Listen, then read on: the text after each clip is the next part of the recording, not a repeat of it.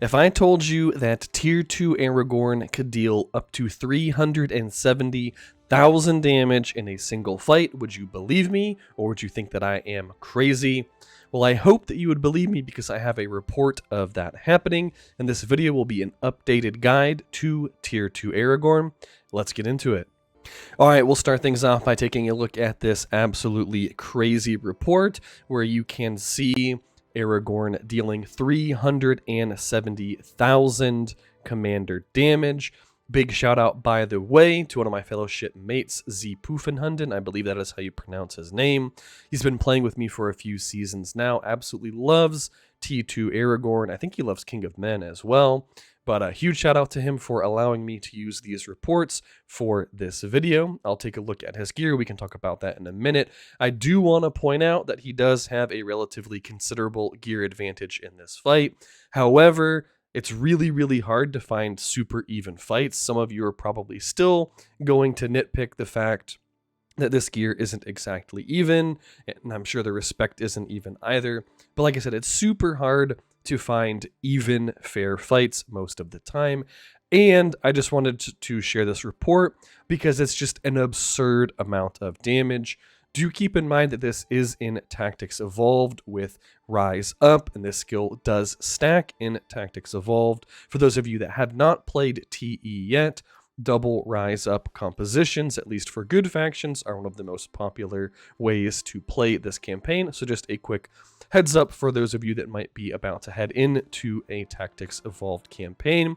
We'll go ahead and talk about the gear that Poofen is using, and just as a general rule of thumb for a commander like Aragorn is you want as much might as possible. He has the Axe of Khazad-dûm with Cleave, a huge amount of might, and it has a proc for extra damage. Excellent choice there.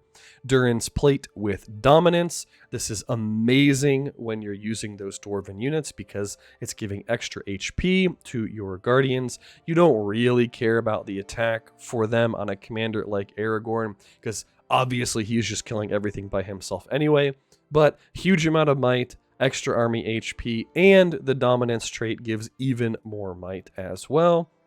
He's using an Iron Bassinet, again, a great choice with those Guardian units because this is going to increase their defense even higher, and he has Fortitude of Soldiers, which is going to reduce the amount of damage that they take. The second thing you want to look for on a commander like Aragorn is anything that makes your army more tanky, because the amount of damage that he's going to be dealing is going to be based on how many of his units are alive when he deals damage.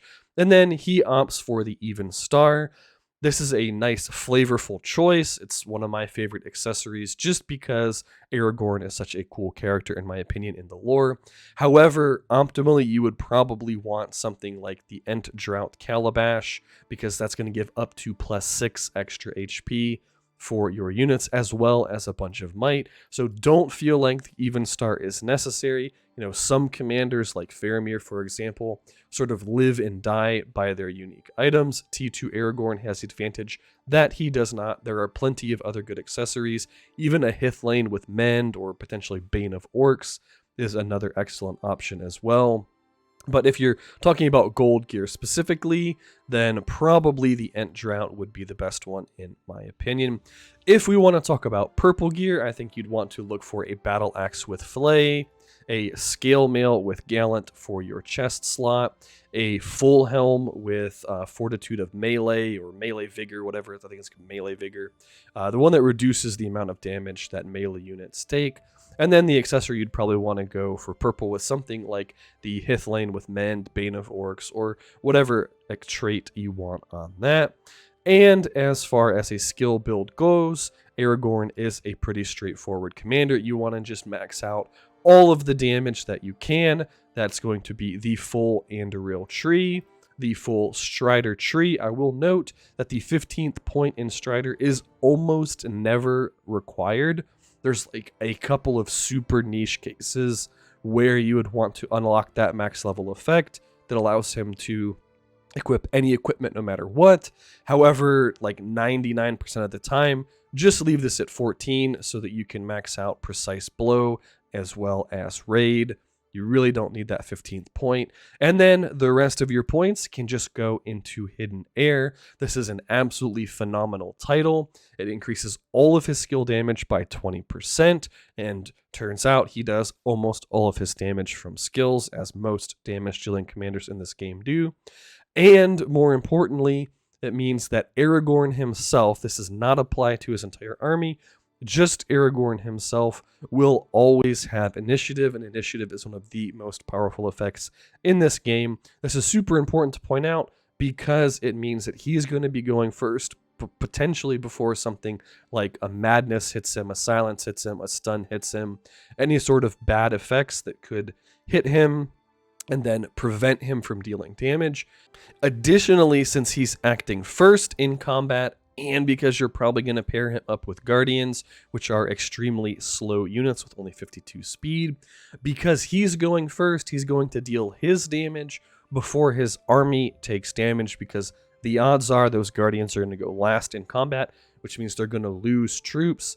And because they lose troops, if he was acting after them, or even just after the enemy units or the enemy commander acts, you're going to lose those troops. And like I talked about a second ago, that means he's going to be dealing less damage. That's actually kind of one of the inherent flaws with Gimli as a damage dealer, is he's ridiculously slow and his army is most likely going to be slow too, which means like in Gimli's case, still a phenomenal damage dealer by the way, but in Gimli's case, he's almost always going to be dealing damage after his army takes damage, after the enemy army has acted, whereas Aragorn has the advantage through initiative of getting to go first, getting his damage out of the way, then the enemy army goes and kills some of his units, and he's like, oh, okay, you know, not a big deal. I've already done my damage. So very, very nice title there. And I do want to point out, it only takes 1 point in order to get that initiative. So if you don't have this guy at a super high level of respect, it's not a huge deal. But I do think having at least 1 point in this title is absolutely fantastic. And you should probably go ahead and put that 1 point in relatively early on. You don't want to wait for that to be your 50th point, because maybe you're PvPing before level 50. But hopefully this video will shed a little bit of extra light on the pretty absurd amount of potential that T2 Aragorn actually has when he's properly built and invested in. But that's it for this one, guys. Thank you for watching,